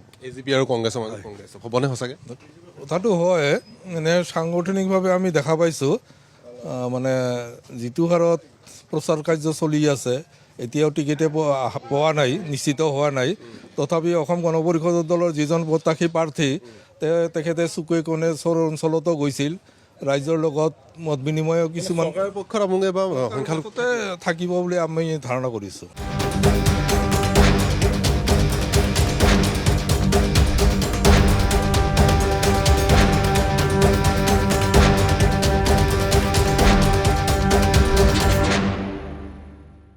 সৃজন গামৰ চাকলাত মই উপস্থিত আছোঁ চাকলাৰ ৰাইজৰ মতামত মই জানিব বিচাৰিম ইয়াত তেওঁলোকে কি কয় কি হ'ব কি নহ'ব তেওঁলোকৰ পৰা মই জানিম ইয়াত চাহৰ এখন দোকানত একাংশ লোক আড্ডা মাৰি আছে সন্মুখত ওচৰত বজাৰ আছে মই সকলোৰে পৰা জানিব বিচাৰিম আপোনাৰ নামটো কি ৰহিম দাস চাহ ভোটাৰ আপুনি সৃজন গামৰ আপোনাৰ বিধায়কগৰাকী আপোনালোকে লগ পাইছে নাই পোৱা আজিকালি পাইছোঁ তো আচ্ছা আপোনালোকক সুবিধাবোৰ দিছেনে বিধায়কে সুবিধা সিমান দিয়া নাই সুবিধা দিয়া নাই এতিয়া নিৰ্বাচনটো আহি আছে এইবাৰ নিৰ্বাচনত কি হ'ব বুলি ভাবিছে আগৰ বাটেন খণ্ডকাৰে জিকি যাব নে বেলেগ কোনোবা আহিব আপুনি না আমাৰ ইয়াতে পৰিৱৰ্তন লাগে পৰিৱৰ্তন লাগে নতুন লাগে কোন হ'ব কেনেধৰণৰ পৰিৱৰ্তন বিচাৰিছে ওই যে নুৰুল ইছলাম নুৰুল ইছলামক লাগে অঁ মানে অগপৰ অগভৰ নহয় কোন কংগ্ৰেছৰ কংগ্ৰেছৰ নুৰুল ইছলামক লাগে কংগ্ৰেছৰ নুৰুল ইছলামক লাগে আপোনাৰ নামটো কি মোৰ নাম জাকিৰ হুছেইন জাকিৰ হুছেইন আপোনালোকৰ ঘৰত চৰকাৰী আঁচনিবোৰ সুবিধা পাইছেনে নাই পোৱা নাই অৰুণোদয় একো পোৱা নাই নাই মহিলা উদ্যমিতা 10,000 টকীয়া চেক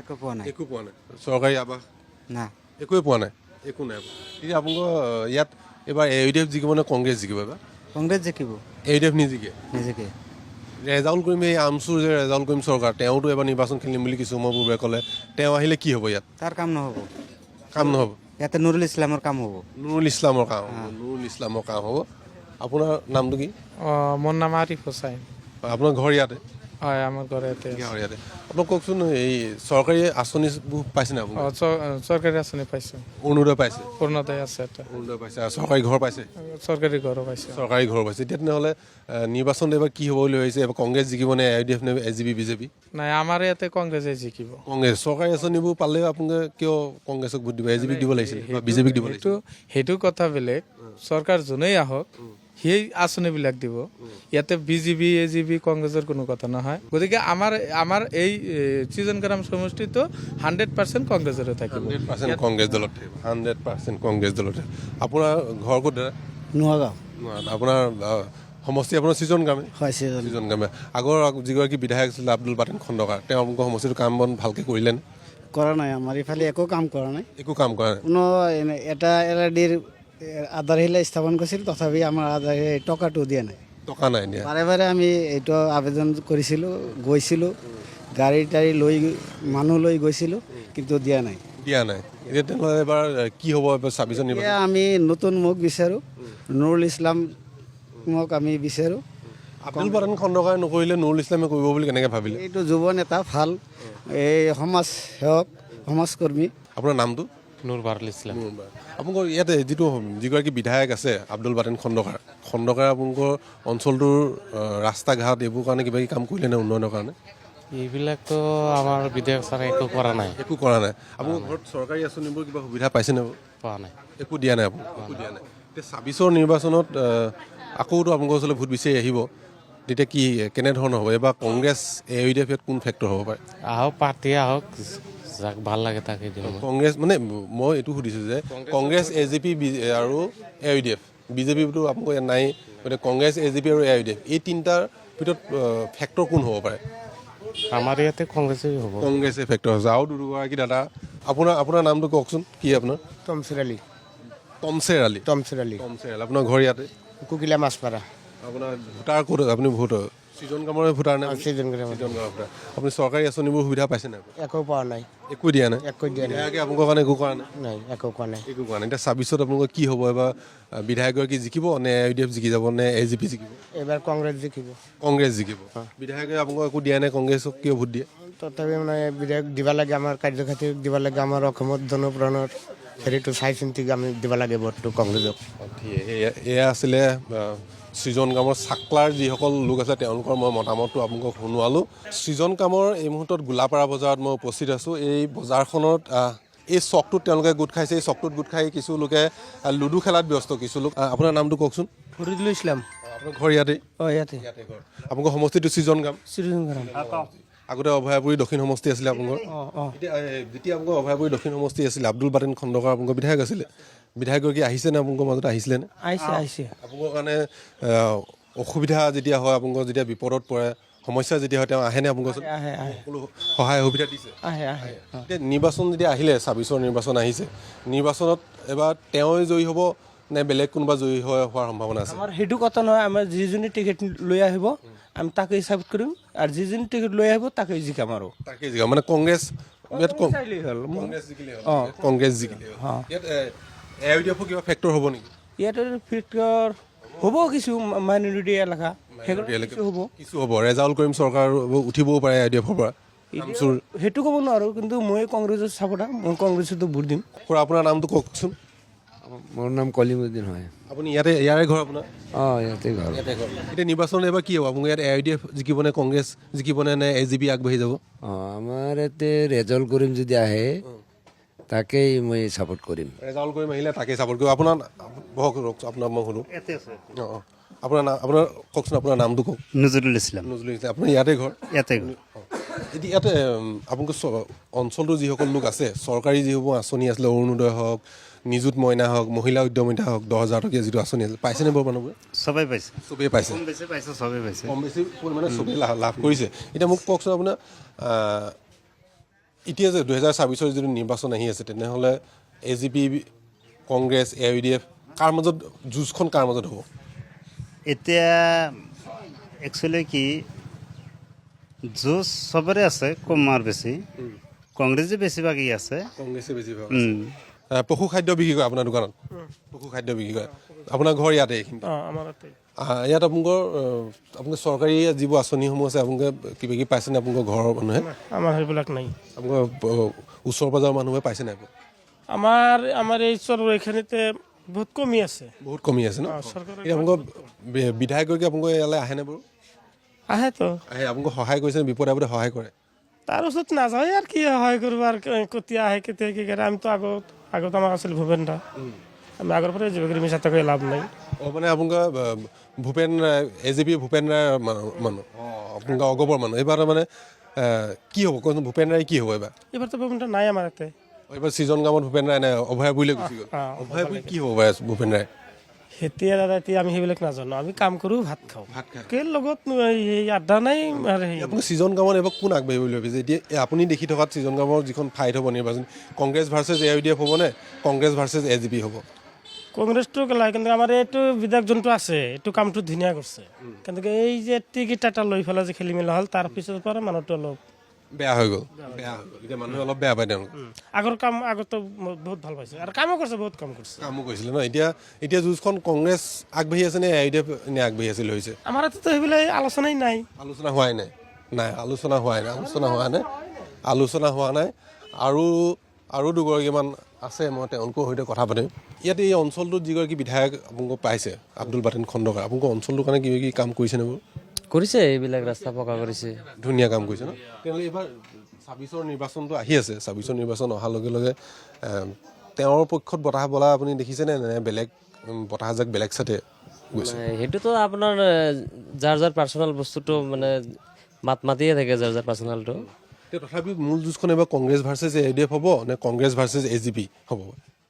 তো কংগ্ৰেছ ভাৰ্চেছ AIDF হ'ব পাৰে। কংগ্ৰেছ ভাৰ্চেছ AIDF হ'ব পাৰে ন? আপোনাৰ লগত মই বহি লওঁ। ছিজন কামৰে আপুনি ভোটাৰ। আগতে যেতিয়া আপোনালোকৰ অভয়াপুৰী দক্ষিণ আছিলে, তেতিয়া আব্দুল বাটেন খণ্ডকাৰ আছিলে। অঞ্চলটোৰ কাৰণে ঠিকে ঠাকে কাম কৰিছেনে তেওঁ? কৰিছে গৰাখহনীয়া, ৰাস্তা ঘাটৰ যিকোনো সমস্যা, এই যিকোনো ধৰ্মীয় অনুষ্ঠানৰ বহুত কাম কৰিছে। ধৰ্মীয় অনুষ্ঠান বহুত কাম কৰিছে। পুনৰবাৰ তেওঁ টিকেট পালে, যদি কংগ্ৰেছে আব্দুল বাটেন খণ্ডকাৰক টিকেট দিয়ে, তেওঁ জয়ী হৈ যোৱাৰ সম্ভাৱনা আছে নে বেলেগ ফালে বতাহ অলপ বুলিবনে? ফাইটটো কঠিন হ'ব? মোৰ পক্ষে মানে 100% আছে। আপোনাৰ মতে 100% তেওঁ জিকিব পাৰে, জিকাৰ সম্ভাৱনা আছে। যদি আৰু এটা চৰ্চা চলি আছে যে আপোনালোকৰ সমষ্টিটোত ছিজন কামত এবাৰ ৰেজাউল কৰিম চৰকাৰে নিৰ্বাচন খেলিব, তেওঁ কিবা ফেক্টৰ হ'বনে? ফাইটটো হ'ব পাৰে, কিন্তু নিজিকেতো। নিজিকে?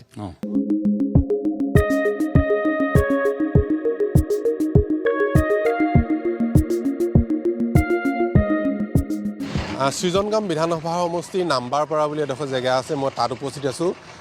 বনুৱা ইয়াত কাম কৰি আছে, এটা শ্ৰদ্ধালী আছে। সেই শ্ৰদ্ধালী থকা যিহেতু বনুৱাসকল আছিলে, এইসকল সাধাৰণ ভোটাৰ, একেবাৰে সাধাৰণ ভোটাৰ, যিসকল ভোটাৰে ৰাজনীতিৰ কথা বিশেষ একো নাজানে। তেওঁলোকে কিন্তু জানে নিৰ্বাচনৰ সময়ত ভোটটো দিব লাগে। তেওঁলোকে যেতিয়া যাকে পচন্দ হ'ব সেই মুহূৰ্তত তেওঁলোকে তাকেই ভোটটো দিব। গতিকে ইয়াত এই নাম্বাৰপাৰা সমষ্টিত কাম কৰি থকা যিসকল বনুৱা আছিলে, মই বনুৱাসকলৰ সৈতে কিছু কথা পাতিম। তাৰ পূৰ্বে আপুনি বনুৱাসকলক আপুনি লৈ আহিছে কাম কৰিবলৈ ইয়ালৈ? মই লৈ আহিছোঁ। ইয়াত আপোনালোকে ছিজন কামৰ ভোটাৰ গোটেইখিনি? ছিজন গ্ৰাম সমষ্টি গোটেইখিনি ছিজন কামৰ কাম কৰি থকা মানে ছিজন গ্ৰাম। কওকচোন, আপোনালোকৰ বিধানসভা সমষ্টিত এবাৰ নিৰ্বাচনী ৰাজনীতি কেনেধৰণৰ হ'ব? ইয়াত AIDF, কংগ্ৰেছ, AGP কোন অহাৰ সম্ভাৱনা আছে? কোন কেনেকৈ ক'ম আমি ক'বলৈ কঠিন। আপোনালোকে কাম কৰি ঘূৰি ফুৰা মানুহ, যদি ফেক্টৰ কোন হ'ব পাৰে ইয়াত? ফেক্টৰ ৰেজাল্ট কৰিম আহে নেকি? ৰেজাল্ট কৰিম চৰকাৰ আহিব পাৰে, আহিব পৰা সম্ভাৱনা আছে ন? একেবাৰে সাধাৰণ ভোটাৰ, এইসকল হৈছে একদম সাধাৰণ ভোটাৰ। এই সাধাৰণ ভোটাৰসকলৰ সৈতে মই কথা পাতিছোঁ, যিসকলে কৈছে। আপোনাৰ ঘৰটো ক'ত দাদা? আমাৰ ঘৰ কোচবাৰী। কোচবাৰী? আমি লেবাৰ মানুহ। লেবাৰ মানুহ। চৰকাৰী আঁচনিবোৰ সুবিধাবোৰ পাইছেনে? আমি কোনো আঁচনি পোৱা নাই। আমাৰ আঁচনি হ'ল এই টাকাৰী আৰু এই বেলচা আৰু এই মোৰ মাথা আৰু মোৰ এই দেহা, মোৰ এই মোৰ আঁচনি। সেয়া আপুনি আঁচনি এই কাম কৰি আপোনালোকে জীৱন নিৰ্বাহ কৰি আছে? অঁ, মই জীৱন আপোনালোকক বিধায়কগৰাকীয়ে আপোনালোকক কিবা সুবিধা কৰি দিছেনে? নাই দিয়া কৰি দিয়া নাই? কোনো সুবিধা পোৱা নাই। আমি এইকেইটা যিকেইটা লেবাৰ মানুহ আছোঁ, আমি কিছুও পোৱা নাই। এইবাৰ নিৰ্বাচন আপোনালোকৰ ইয়াত AUDF কংগ্ৰেছ কোন ফেক্টৰ হ'ব পাৰে, কোন আগবাঢ়িব পাৰে? এইবাৰ কংগ্ৰেছ যাব। কংগ্ৰেছ জিকিব? কংগ্ৰেছ জিকিব। কংগ্ৰেছ। আপুনি ইয়াত কি হ'ব? একদম কংগ্ৰেছ জিকিব। ইয়াত এইবাৰ কোন জিকাৰ সম্ভাৱনা আছে আপোনালোকৰ সৃজনগামত? AUDF কংগ্ৰেছ কোন আহিব? কংগ্ৰেছ যাব। কংগ্ৰেছ হ'ব। কংগ্ৰেছ যাব। কংগ্ৰেছ যাব। আৰু কেইজনমানে এইসকল যিসকলটো বনোৱা, এইসকলে কাম কৰি থাকে। গতিকে কাম কৰি থকা যিসকল ভোটাৰ, এওঁলোকৰ ওপৰত বিশেষভাৱে কোনো প্ৰভাৱ নপৰে। সেই প্ৰভাৱ নপৰাৰ বাবে তেওঁলোকে যিটো তেওঁলোকৰ মনত আহে, যিটো ভাবি থাকে, সেই কথাটোৱে তেওঁলোকে কয়। ইয়াত কোনো ধৰণৰ কৃত্ৰিমতা নাই। এয়া আছিলে সাধাৰণ যিসকল ভোটাৰ, এই সাধাৰণ ভোটাৰে তেওঁলোকে কৈছে যে কংগ্ৰেছ জিকিব। অৰ্থাৎ এই যিটো সৃজনগাম সমষ্টিটোত যদিও এইবাৰ সমষ্টিটো আকৰ্ষণীয় হোৱাৰ সম্ভাৱনা আছে, কাৰণ আমচুৰ পৰা পদত্যাগ কৰি কংগ্ৰেছলৈ অহা ৰেজাউল কৰিম চৰকাৰ, আৰু ৰেজাউল কৰিম চৰকাৰৰ পাছত এতিয়া এই সমষ্টিটোত তেওঁ যিহেতু কংগ্ৰেছৰ পৰা পদত্যাগ কৰিলে, পদত্যাগ কৰাৰ পাছত তেওঁ এইবাৰ নিৰ্বাচন খেলাৰ মন মেলিছে। এতিয়ালৈকে স্পষ্টভাৱে কৈ দিয়া নাই, কিন্তু আমাৰ হাতত যি তথ্য আছে, তেওঁ হয়তো AUDFৰ পৰা নিৰ্বাচন খেলাৰ সম্ভাৱনা আছে, আৰু খুব সোনকালে তেওঁ AUDFত আনুষ্ঠানিকভাৱে যোগদান কৰি তেওঁ নিৰ্বাচনী ৰণনীতিত নামি পৰিব। ইতিমধ্যে তেওঁ সাংগঠনিকভাৱে AUDFৰ যিসকল সংগঠন আছে, সেই সংগঠনৰ সহায় লৈছে, আৰু নিজাববীয়াকৈ যিবোৰ সাংগঠনিক কাম কৰিছিলে, সেই সকলো সাংগঠনিক কাম কৰি তেওঁ এখোজকৈ আগবাঢ়ি গৈ আছে। গতিকে এনে প্ৰেক্ষাপটত এইবাৰ এই যিটো সৃজনগাম সমষ্টিটোত আছে, সেই সৃজনগাম সমষ্টিটোত কিন্তু নিৰ্বাচনী যুঁজখন খুব আকৰ্ষণীয় হোৱাৰ সম্ভাৱনা আছে। Congress versus AUDF versus AGP, এই তিনিটা সংগঠনৰ মাজতে, এই তিনিটা দলৰ মাজতে এইবাৰ যুঁজ হ'ব। বিশেষভাৱে কংগ্ৰেছ আৰু ৰেজাউল কৰিম চৰকাৰ, কংগ্ৰেছ ভাৰ্চেছ ৰেজাউল কৰিম চৰকাৰ, এই যিখন যুঁজ হ'ব, এই যুঁজখন কিন্তু যথেষ্ট পৰিমাণে আকৰ্ষণীয় হ'ব। আৰু যিমানেই দিন আগবাঢ়ি গৈ থাকিব, সিমানেই এই যুঁজখনে আৰু আকৰ্ষণীয় ৰূপ লৈ গৈ থাকিব। আমি দেখুৱালোঁ সৃজনগামৰ যিসকল ভোটাৰ আছিলে, আমি প্ৰায় 50-60গৰাকী ব্যক্তিৰ সৈতে লগ পালোঁ, তেওঁলোকৰ সৈতে কথা পাতিলোঁ। কথা পতাৰ পাছত আমি এটা কথা বুজি পালোঁ যে সৃজনগামক যেনেধৰণে আগুৱাই নিব লাগিছিল, তেনেধৰণে আগুৱাই নিয়াত যেন ক'ৰবাত নহয় ক'ৰবাত কিছু পৰিমাণে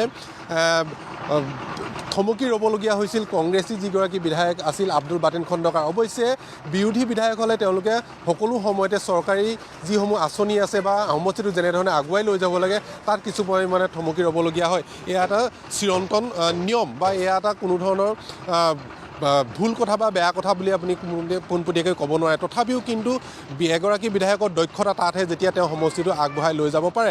এতিয়া আমি সাধাৰণ যিসকল ভোটাৰৰ সৈতে কথা পাতিলোঁ, সেই সাধাৰণ ভোটাৰসকলে একাংশই কংগ্ৰেছ আৰু একাংশই AUDFৰ কথা কয়, আৰু একাংশই ৰেজাউল কৰিম চৰকাৰৰ কথা কৈছে। অৰ্থাৎ AUDF, ৰেজাউল কৰিম চৰকাৰ আৰু কংগ্ৰেছ, এই দুটাই ইয়াত ফেক্টৰ হোৱাৰ কিন্তু সম্ভাৱনা আছে। অৱশ্যে আব্দুল বাটেন খণ্ডকাৰক লৈ কিছু পৰিমাণে কিছু লোক অসন্তুষ্ট, যদিও কংগ্ৰেছক লৈ কিন্তু সেইসকল লোক অসন্তুষ্ট নহয়। এয়া আছিলে সৃজনগাম সমষ্টিৰ ৰাইজৰ মনোভাৱ, ৰাইজৰ কথা, ৰাইজৰ মনোভাৱ আমি আপোনালোকক দেখুৱালোঁ। অৱশ্যে পৰৱৰ্তী সময়ত ই সলনিও হ'ব পাৰে, সেয়া সময়ে ক'ব। আমি যি পালোঁ সেয়া আপোনালোকে দেখুৱালোঁ। ইয়াৰ পাছত আপোনালোকে অনুমান কৰিব পাৰিব যে সৃজনগাম সমষ্টিটোত 2026 বিধানসভা নিৰ্বাচনত কি হ'ব পাৰে বা নহ'ব পাৰে। আজিলৈ আহিছোঁ, নমস্কাৰ।